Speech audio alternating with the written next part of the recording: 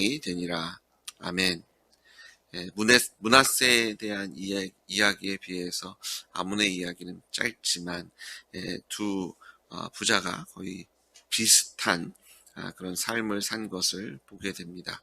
유다의 왕이었지만 이 북왕국 이스라엘의 그런 왕들을 더욱더 닮았고 따랐던 므낫세를 보게 되고요. 이 유다의 왕들 중에서 첫 번째, 둘째 이렇게 서러울 정도로 악한, 이렇게 비교 불가능한 그런 악한 왕 중에 하나가 므낫세입니다. 오늘 우리가 읽은 열왕기 하에는 이야기가 되어 있지 않지만 이 역대하에는 이 므낫세가 하나님께서 심판의 징계로 이 아수르를 쳐들어오게 하시고 그가 포로로 잡혀서 바벨론까지 잡혀가게 됩니다. 그 자리에서 므낫세가 회개를 합니다. 그래서 어떻게 보면 악을 행할 대로 다 행하고요. 또 다른 사람들까지 그런 악한 길을 걷게 했다가 마지막에 본인은 구원받은, 회개하고 하나님께로 돌아선 그런 어떻게 보면 조금 더 얄미운 그런 모습을 보인 것이 므낫세인 것을 저희가 보게 됩니다. 그래서 므낫세가 어느 정도 악한 삶을 살았는지 보니까요. 21장 3절에 이 히스기야가 헐어버린 산당을 다시 세웁니다. 사실 이스라엘 역사 속에서 이 산당을 제거하는 것이 상당히 큰일입니다. 그래서 이 산당을 제거한다는 것 자체가 좀 어떻게 보면 여기 그 유다의 그 역사에 기록될 정도로 왕의 업적으로 영적인 업적으로 삼을 정도의 일을 이제 히스기야가 했는데 그 아버지가 한 것을 다시 다 되돌려놓는, 그래서 오히려 산당을 다시 세웁니다. 어떻게 보면 산당을 다시 세우라고 격려까지 하지 않았나, 지원금을 지급하진 않았나 생각할 정도로 이것을 앞장서고 있고요. 아합의 행위를 따라서 이스라엘 북왕국의 가장 악한 왕이라고 기억되는 아합의 행위를 쫓아가서 그가 앞장서서 바알과 아세라와 일월 성신을 경배하고 그런 우상들을 만들어가게 되고요. 이것을 온 유다 땅에만 행한 것이 아니라 하나님께서 거하시는 거룩한 전인 예루살렘 성전에 제단을 쌓습니다. 하나님께서 오늘 말씀을 보시면 이 다윗과 솔로몬에게 그리고 약속하셨던 것처럼 내가 이 성전에 예루살렘에 내 이름을 두겠다라고 약속하셨던 7절에 나오는 그런 하나님의 성전에 이제 우상 숭배를 위한 그런 우상들을 세우고 제단을 쌓습니다. 일월 성신, 해와 달과 별들을 섬기는 그런 제단을 성전 마당에 세우게 되고요. 이 6절에 보시면 그 아들을 불 가운데로 지나가게 하고, 하나님께서 어떻게 보면 우상 숭배 중에서 가장 가증하게 여기셨던 그런 몰렉을 섬겼던 그런 모습을 자기의 자식을 불에 던져서 우상에게 바치는 이런 행위까지도 행하게 되고, 또 하나님께서 정령 죽여라 라고 말씀하신 점을 치는 사수를 행하고 신접한 자 박수, 어떻게 보면 이제 우리말로 하면 무당이라는 존재들과 함께 어우러져 살았던, 하나님께서 가증하게 여기셨고 죽이라고 명령하셨고 이것을 행하지 말라고 분명하게 명령하셨던 것을 그냥 대놓고 하나님을 대적하는 자리에 섰던 사람이 이제 므낫세인 것을 보게 되고요. 이 유다에서 이 바알을 숭배한 왕들이 그렇게 많지 않습니다. 그 아달랴라는 여왕이 있었고 아하스, 그리고 므낫세, 손에 꼽히는 그런 우상 숭배자 중에 하나가 므낫세인 것을 보게 되고요. 그리고 오늘 우리가 읽은 어떤 말씀을 보시면 어떻게 보면 아합보다도 더 극심하게, 북왕국의 가장 악한 왕으로 기억되어지는 아합보다도 더 극심하게 그런 바알과 이방신들을 숭배한 것들을 우리가 보게 되죠. 그러니까 성전에까지 그런 제단을 쌓고 그런 우상을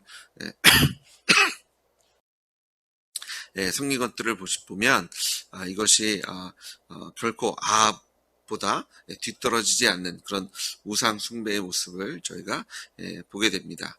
그래서 그는 하나님께서 모세를 통해 주신 율법을 아주 직접적으로 반항했고 하나님을 대적했던 8절에 보니까 만일 이스라엘이 나의 모든 명령과 나의 종 모세가 명령한 모든 율법을 지켜 행하면 내가 그들의 발로 다시는 그의 조상들에게 준 땅에서 떠나 유리하지 아니하게 하리라 하셨지만 이제 므낫세를 통해서 드러난 그런 이스라엘의 범죄가 사실 므낫세만의 문제가 아니라요.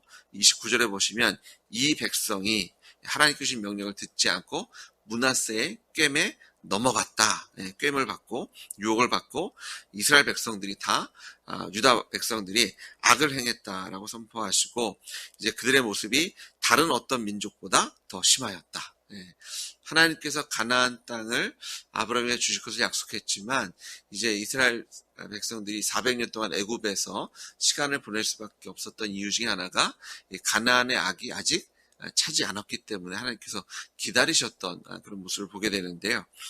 결국 하나님께서 가나안 땅을 심판하시고 그 땅을 이스라엘에게 주셨던 그것보다 그들이 행했던 그 악보다 지금 유다에서 더 심한 악이 가나안 족속들이 섬겼던 우상 숭배보다 더 극심한 우상 숭배를 했던 그런 모습을 저희가 보게 되고요. 이제 10절부터 하나님께서 그들 경고하시는데요. 10절에 보시면 여호와께서 그의 종 모든 선지자들을 통하여 말씀하셨다라고 이야기가 합니다. 그런데 이사야나 이 당시 이제 히스기야 왕 때에 이사야가 말씀을 선포하게 되고요. 그런 역사적인 기록, 전승에 의하면, 이렇게 전해져 내려오는 이야기에 의하면, 이 므낫세가 많은 무죄한 죄를, 피를 흘리게 했다라고 되어 있는데, 그 중에 하나가 이사야다라고 전승으로 내려옵니다. 그래서 이사야는 토백혀서 죽음을 당했다라고 전승으로 내려오는데, 그런 이사야를 죽인 왕이 므낫세다라고 전승으로 내려오고 있습니다. 그래서,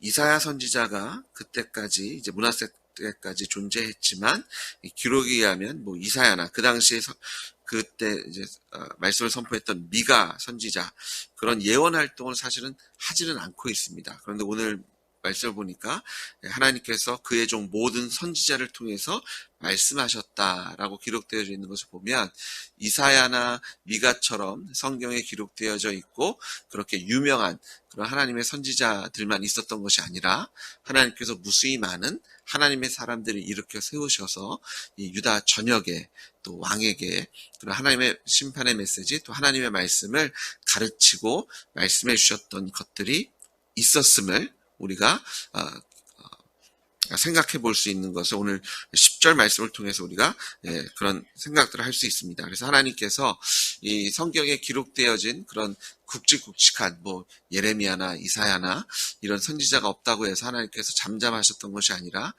이 므낫세의 기간에 어떤 성경에 기록된 선지자는 없었지만 하나님께서 계속해서 하나님의 사람을 보내셔서 말씀하셨음을 우리가 생각할 수 있습니다. 그래서 하나님은요, 저희가 예레미야나 열왕기 하를 통해서 계속해서 보듯이 하나님은 하나님의 백성에게 말씀하시는 것을 멈추신 적이 없는 것을 우리가 보게 됩니다. 그리고 오늘도 우리에게 동일하게 말씀하고 계시는 주님을 찬양합니다.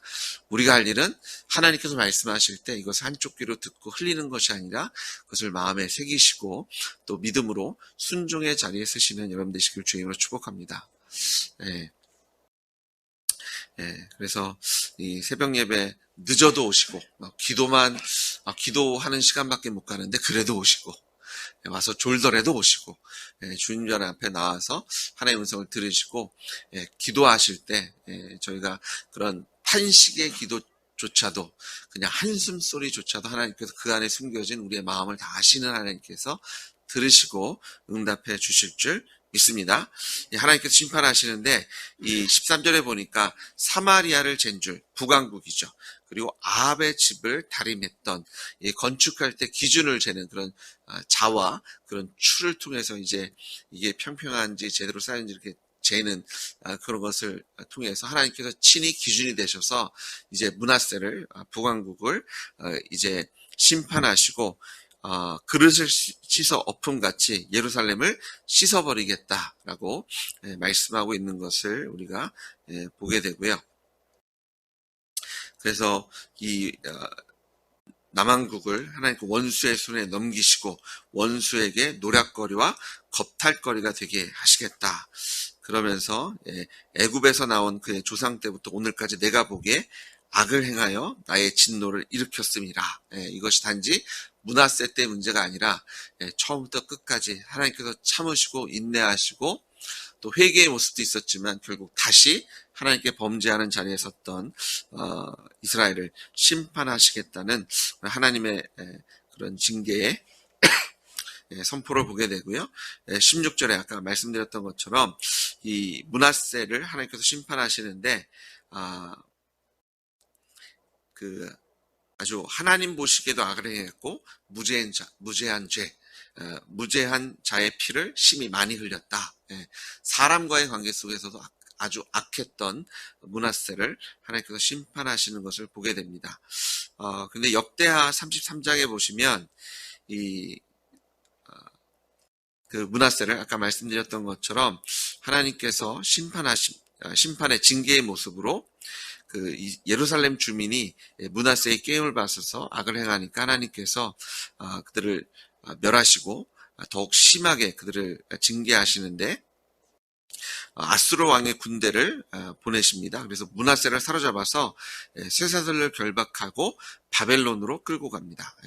그리고 그가 12절에 보시면 그가 환난을 당하여 그의 하나님 여호와께 간구하고 그의 조상들의 하나님 앞에 크게 겸손하여 기도하였으므로 하나님이 그의 기도를 받으시며 그의 간구를 들으시사 그가 예루살렘에 돌아와서 다시 왕위에 앉게 하심에 므낫세가 그제서야 여호와께서 하나님이신 줄을 알았더라. 그 후에 다윗성 밭 기온 서쪽 골짜기 안에 외성을 쌓되 어문 어귀까지 이르러 오벨을 둘러 매우 높이 쌓고 또 유다 모든 견고한 성읍에 군대 지휘관을 두며 이방신들과 여호와의 전에 우상을 제거하여 여호와의 전을 건축한 사내와 예루살렘에 쌓은 모든 제단들을 다 성 밖에 던지고 여호와의 제단을 보수하고 화목제와 감사제를 그 제단 위에 드리고 유다를 명령하여 이스라엘 하나님 여호와를 섬기라 하매 백성이 그의 하나님 여호와께만 제사를 드렸으나 아직도 산당에서 제사를 드렸더라. 므낫세는 말년에 회개합니다. 하나님께서 징계하시니까 포로가 되어서 거기서 여호와 하나님만이 참 하나님이시구나. 그래서 하나님께서요 그 므낫세의 회개를 들으시고 기도를 들으십니다. 다시 남유다로 보내셔서 왕의 자리를 회복시켜 주시고요. 그가 왕이 되니까 다시 그가 만들었던 우상을 다 헐어버리고 성전에 쌓아놨던 제단을 다 밖으로 던져버립니다. 그런데 잔재가 남습니다. 산당이 남아버립니다. 그가 회개했지만 이제 이스라엘 백성이 다시 여호와 하나님께만 제사를 드리게 됐지만 이 산당의 잔재가 남고요. 그리고 이제 우리가 읽었던 것처럼 이 아몬이 므낫세 자기 아버지의 행위를 본받아서 말년의 행위를 본받은 것이 아니라 회개하고 여호와 하나님만 섬겼던 것을 본받은 것이 아니라 그 전에 우상을 섬겼던 모습을 그대로 본받습니다. 그래서 오히려 아버지가 던져버렸던 것을 다시 세워버리고 그런 하나님을 대적했더니 이제 2년 만에 하나님께서 아몬의 그런 신복들을 통해서 반역이 일어나고요. 역사가들에 의하면 이 하나님께서 심판하셨지만 어떤 모습으로 심판하시냐면 이 애굽이 사람들을 첩자들을 이용해서 이 아몬이 아수르와 친한 정책을 펼쳤습니다. 그래서 애굽이 이것을 좀 뒤집어 엎으려고 반역을 일으킵니다. 그래서 살해를 했지만 그 아몬을 죽이긴 했지만 이제 이스라엘 백성들 유다는 이 다윗의 후손으로 왕을 삼잖아요. 그래서 그런 다윗의 후손으로 왕을 삼기 위해서 그 반역의 무리들을 이제 유다 백성들이 심판하고 이제 아몬의 아들인 요시야를 왕으로 삼았다라고 기록이 되어 있는 것을 보게 됩니다. 이제 하나님께서 그래도 계속해서 이런 심판의 모습이 있지만 유다를 하나님의 약속, 하나님께서 나와 그 다윗을 바라보시면서 하나님께서 주신 언약을 바라보시면서 이스라엘의 하나님의 자비하심을 보여주셨던 것처럼 끝까지 이 남유다 왕국에 다윗의 씨를 남겨두시는, 그래서 다윗의 왕을 요시야를 섬기고요. 또 요시야는 또 그 유다 역사에 기록될 만한 선한 왕으로 기록되어지는 것을 우리가 이제 내일 큐티 본문을 통해서 경건의 시간을 통해서 우리가 확인할 수 있습니다. 오늘 므낫세나 아몬의 모습을 보시면 정말 하나님 앞에 하나님을 대적한다는 것이, 사실 저희는 뭐 이렇게 우상을 섬기지 않고 1월 성신을 뭐 저희가 거기서 비나이다 하지 않으니까 하나님 저는 우상 숭배하지 않습니다 라고 얘기할지 모르지만, 사실 우리 인생에 많은 우상들을 세우는 그런 모습들을 보게 됩니다. 돈을 우상 삼아서, 또 자식을 우상 삼아서, 부모를 우상 삼아서, 또 내 인생의 성공을 우상 삼아서 아내를 우상 삼고 또 남편을 우상 삼는 그런 모습들을 우리가 보게 되고요. 성공이란 이름으로, 돈이란 이름으로 하나님의 자리에, 그리고 그 무엇보다도 내가 주인 되어서 하나님을 섬기는 것이 아니라 나를 섬기고 내 배를 섬기고 내가 잘 먹고 잘 살겠다는 그런 모습으로 우상의 모습을 섬기는 이 세상을 보게 되고, 그것이 교회 안에서도 주님의 이름을 부르지만 마치 하나님을 우상 섬기듯 하나님의 이름을 이용해서, 예수님의 이름을 이용해서 마치 그런 우상 섬기듯이 비나이다 하고 있는 그런 모습들이 있지 않나, 저희가 돌아보시면서 정말 부활하신 예수님이 우리의 주님이라는 고백이 입술의 고백이 아니라 우리의 마음의 고백이 되기 원하고요. 이 하나님을 대적한다는 것이 얼마나 무서운지, 내가 주인 돼서 내 마음대로 하나님의 말씀대로 사는 것이 아니라 내 눈에 보기 좋은 대로 주님께서 말씀하신 것을 한쪽으로 듣고 흘려버리면, 오늘 저희가 읽은 본문 중에 하나님께서 징계하실 때 우리의 두 귀를 흔들리게 하겠다라고 말씀하십니다. 그러니까 사실 하나님께서 전쟁의 소리가 나면 막 시끄럽잖아요. 그러니까 뭐 머리가 울릴 정도로 그런 하나님의 징계, 심판의 메시지를 주실 텐데, 우리가 주의 말씀을 흘리면 우리의 귀가 울릴 정도로 하나님께서 심판하시고 징계하실 수밖에 없는, 하지만 므낫세도 기도했더니 하나님께서 들으십니다. 아합보다 더하다, 이런 악한 왕이 없다라고 역사에 기록되어져 있는데, 그런 므낫세도 하나님께 무릎 꿇고 회개하고 나아갔더니 하나님께서는 들으시고 그를 회복시켜 주시고, 또 그가 그런 우상들을 제거할 때 하나님께서 그를 또 받아주시고, 하지만 죄가 얼마나 무서운지요. 그의 그런 죄악의 잔재가 남아서 그 후대의 자손들에게 그런 악한 영향을 끼치는 것을 봤을 때, 저희가 회개할 때 온전히 회개하고, 저희가 될 수 있으면 넘어지지 않기 위해서 항상 깨어 기도하시는 여러분 되시길 주의로 축복합니다.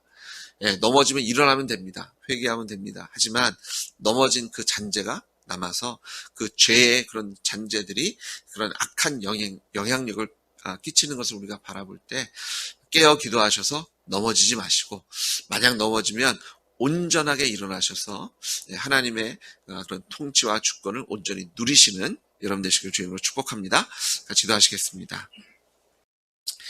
하나님, 므낫세의 기도조차도 들으시는 주님, 가장 악한 왕의 하나로 기억되지만 여호와 하나님만이 하나님이심을 알고 주님께 돌아섰을 때 복 주셨던, 회복시키시고 또 하나님께서 함께 하셨던 그 하나님의 선하심을 다시 한번 기억하고, 예수님의 십자가와 부활로 우리에게 증명해 주신 그 하나님의 크신 사랑과 하나님의 주권과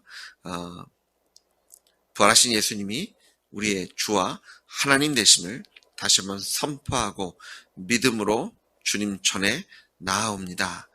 하나님, 우리에게 말씀해 주시고 우리를 회복하실 때 하나님, 산당에 어떤 흔적조차도 남지 않도록 온전히 회개하고 온전히 우리를 세우실 때 하나님의 주권과 통치와 공급하심과 하나님의 은혜를 온전히 누리는 우리 교회와 가정과 기업 되게 하여 주실 줄 믿습니다. 주님, 오늘도 예수님의 이름을 의지하여 하나님의 은혜의 보좌 앞에 나왔사오니 하나님 은혜 주실 때 아버지 우리의 기도 제목을 감사의 제목으로, 간증의 제목으로, 또 기쁨의 노래로 바꿔 주실 줄 믿습니다. 우리의 기도에 응답하실 때 하나님, 우리가 하나님께 올려드리는 찬양과 또 경배로 주님 홀로 영광 받아 주시고, 우리가 하나님과 동행하는 모습을 통해서 뭇사람들이 주님께로 나오는 아버지 구원의 역사를 우리의 인생에 채워 주시옵소서. 아버지 오늘도 우리가 기도할 때 들으시를 주님을 찬양하며 이 모든 말씀을 예수님의 이름으로 기도드렸습니다. 아멘.